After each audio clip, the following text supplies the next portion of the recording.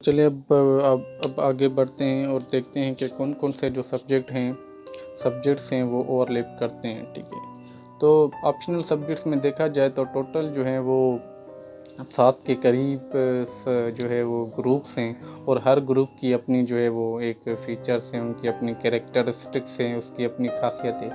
तो देखें, जो पहले तो ये कहूँगा कि जिनके जिन जिन जिन स्टूडेंट्स ने ग्रेजुएशन पर्टिकुलर फील्ड में की हुई हो, जैसे फिज़िक्स, केमिस्ट्री, मैथमेटिक्स, ठीक है, तो वो तो इन्हीं सब्जेक्ट्स में जाएं। ठीक है ना, कि उनके पास ये एज होता है कि जो है वो उनके जो बेसिक कंसेप्ट हैं वो उनको कहीं से ढूंढने या सर्च करने या समझने की ज़रूरत नहीं है, वो कर जाते हैं। और उसके अलावा भी बहुत सारे एडवांटेजेस उसको जो है वो मिल जाते हैं वहाँ पे, क्योंकि उसने कुछ भी करो, भले ना भी पढ़ा हो तो भी 4 साल उसने अपने डिपार्टमेंट में दिए हुए होते हैं, तो कुछ ना कुछ उसको जो है वो चीज़ें कंसेप्ट क्लियर होते हैं।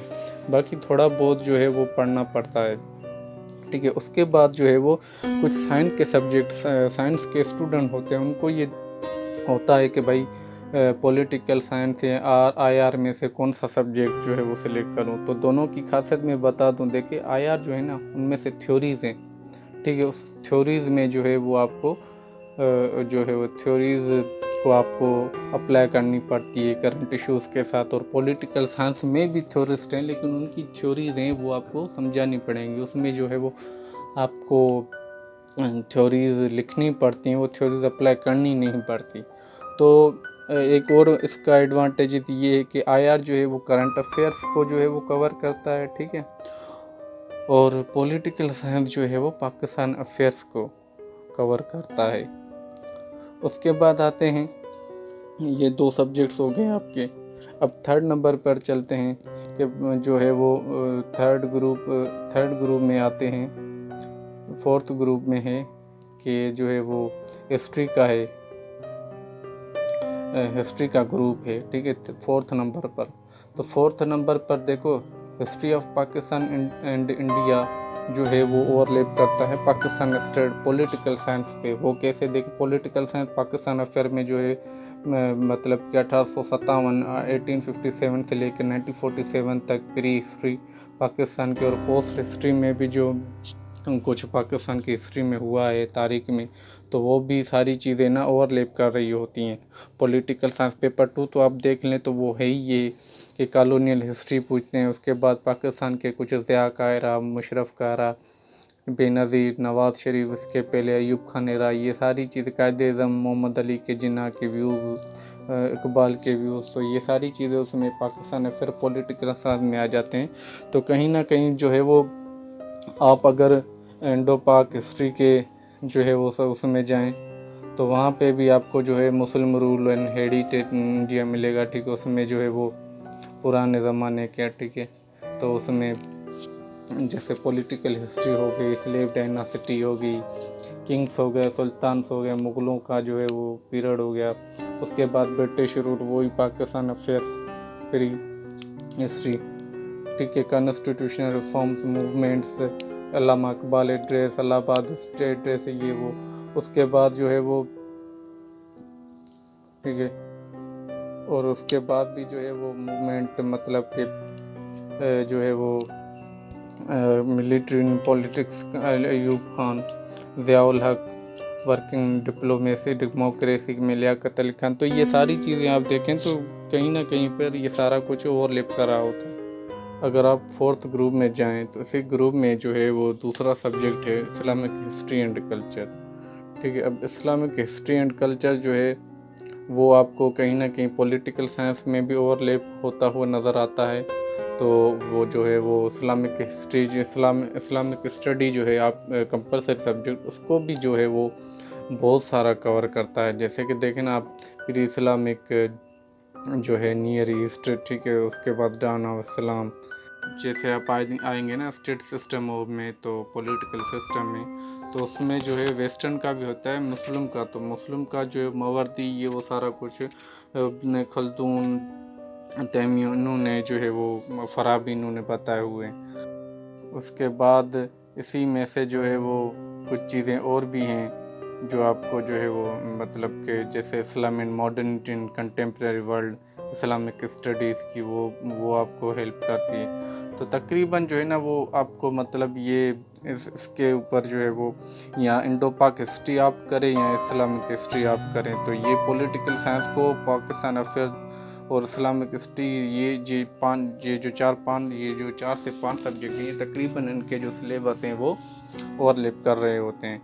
ठीक है, अब आते हैं हम जो है वो यूरोप ग्रुप नंबर 4 में यूरोपियन हिस्ट्री में। तो वो देखें तो आप जो है वो सेकंड वर्ल्ड वार है, पोस्ट वर्ल्ड वार की सारा ये कोल्ड वार, मतलब कि पेपर 2 को अगर देखा जाए तो ये तक कोल्ड वार, यूरोप 1991 से 2012 वो 2000, ठीक है, 12 तक।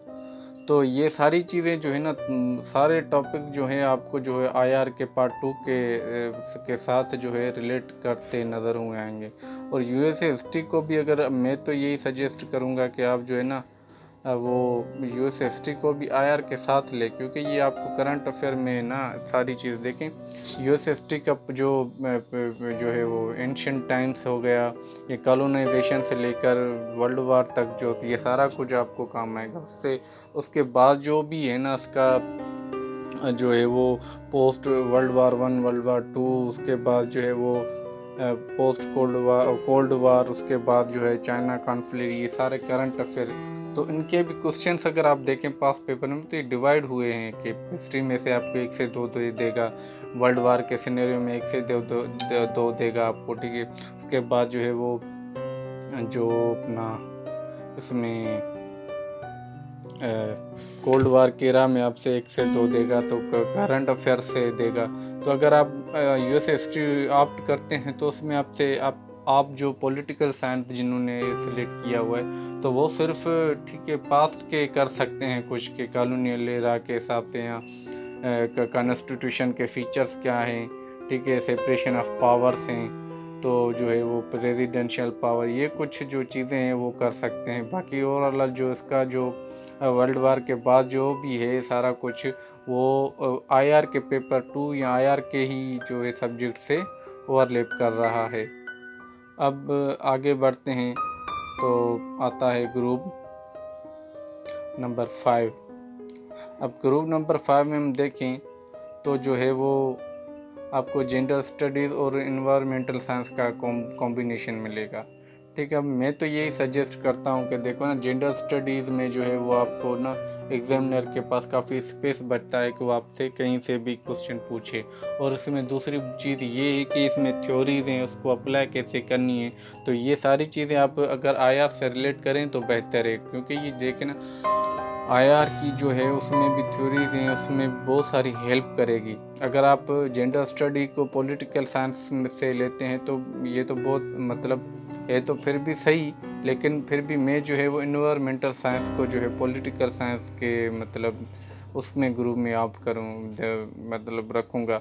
वो इसलिए क्योंकि देखिए ना, आपका इन्वायरमेंटल साइंस, आपने जो भी पॉलिटिकल साइंस के सब्जेक्ट उठाए हैं वो सारी आपके कंपलसरी सब्जेक्ट को हिट कर रहे हैं, उनको ओवरलैप कर रहे हैं। जैसे कि इंडो पाक हिस्ट्री हो गया, पाकिस्तान अफेयर को कर रहा है, इस्लामिक हिस्ट्री हो गया तो इस्लामिक स्टडी को कर रहा है, ठीक है, एनवायरनमेंट साइंस हो गया तो जनरल साइंस हो गया। तो ओवरऑल आपके जो ना इनके ऑप्शनल के साथ साथ जो है वो आपके कंपलसरी सब्जेक्ट्स की भी तैयारी बहुत अच्छे से हो जाएगी। ठीक, अब देखें, अब जो है अगर जेंडर स्टडी आप रख रहे हैं तो ये आईआर के साथ रखें, और इन्वायरमेंटल साइंस रख रहे हैं तो मेरे नज़दीक आप जो है वो पॉलिटिकल साइंस के साथ रखें। क्योंकि एट लीस्ट वो आपके ऑप्शनल सब्जेक्ट्स को ओवरलैप तो नहीं कर रहा, लेकिन ये है कि आपके जो कंपलसरी सब्जेक्ट उसमें तो हेल्प करे। अगर आप में से अगर इन्वायरमेंटल साइंस आईआर में रखते हैं तो भले रखें, मतलब कि ये अच्छी बात। लेकिन मैं इसलिए कह रहा हूँ जेंडर स्टडी क्योंकि इसमें थ्योरीज हैं, और थ्योरीज को अगर आप आईआर में सीख रहे हैं, आपको अगर आ रही हैं तो आप उसका बेनिफिट लें ना, आप जेंडर स्टडीज़ की थ्योरी पे भी वो सारा काम करें। उसके बाद चलते हैं कि जो है वो ग्रुप नंबर 6 में है, तो इसमें कॉम्बिनेशन आपको मिलती है criminology, constitution law, international law. देखिए ये मतलब कि आप अगर क्रिमिनोलॉजी आप अगर आयर के साथ भी लेते हैं, इसमें भी थ्योरीज हैं, ठीक है ना, ट्रेविस आरिश की theory, biological, classical, new classical, ये सारी थ्योरीज हैं। तो ये भी आप जो है वो social bond theory, social learning theory, containment theory, conflict organisation, disorganisation, ये थ्योरीज हैं, आपको अप्लाई करनी पर, तो ये भी अगर आईआर के साथ रखें तो बेहतर है, वरना आप पॉलिटिकल साइंस के साथ भी रख सकते हैं, ठीक है। वरना कॉन्स्टिट्यूशन लॉ जो है वो आप आईआर के साथ ना रखें, वो तो आपको लाजमी बात है पॉलिटिकल साइंस के साथ ही रखें, क्योंकि ये सारा ओवरलैप करता है, क्योंकि आप यूके, फ्रांस, यूएसए, ठीक है, पाकिस्तान, इंडिया और जो है वो ईरान, चाइना, रशिया, ये सारे जो है ना कॉन्स्टिट्यूशंस आपको पढ़ने पड़ते हैं पॉलिटिकल साइंस पेपर 2 में। उसके बाद आते हैं लास्ट जो ग्रुप है 7 नंबर पर, उसमें जो है जो कॉम्बो मिलता है आपको तकरीबन ये सोशियोलॉजी और सिंधी। देखो सोशियोलॉजी में अगर आईआर आपने ऑप्शनल लिया हुआ है तो आप सोशियोलॉजी ज़रूर लें, वहाँ पे भी थ्योरीज हैं और थ्योरीज को अप्लाई जो है वो आप ज़रूर करें। लेकिन अगर आप अपनी रीजनल लैंग्वेज भी लेते हैं, बलोची, सिंधी, पंजाबी, पश्तो, तो ये भी अच्छी बात है, ठीक है ना। मैं तो अगर पॉलिटिकल साइंस अगर किसी ने लिया हुआ है, आपने सेलेक्ट किया, ऑप्शनल सेलेक्ट किया हुआ है, तो मैं तो उसको यही कहूँगा कि आप सिंधी सब्जेक्ट्स लें, आप सोशियोलॉजी पर ना जाएं। लेकिन अगर आईआर किसी ने ऑप्शनल लिया हुआ है तो मैं उसको ये ज़रूर रिकमेंड करूँगा कि आप जो है वो या तो सोशियोलॉजी लें तो well and good, otherwise Hindi ज़रूर लें, लैंग्वेज अपनी रीजनल लैंग्वेज।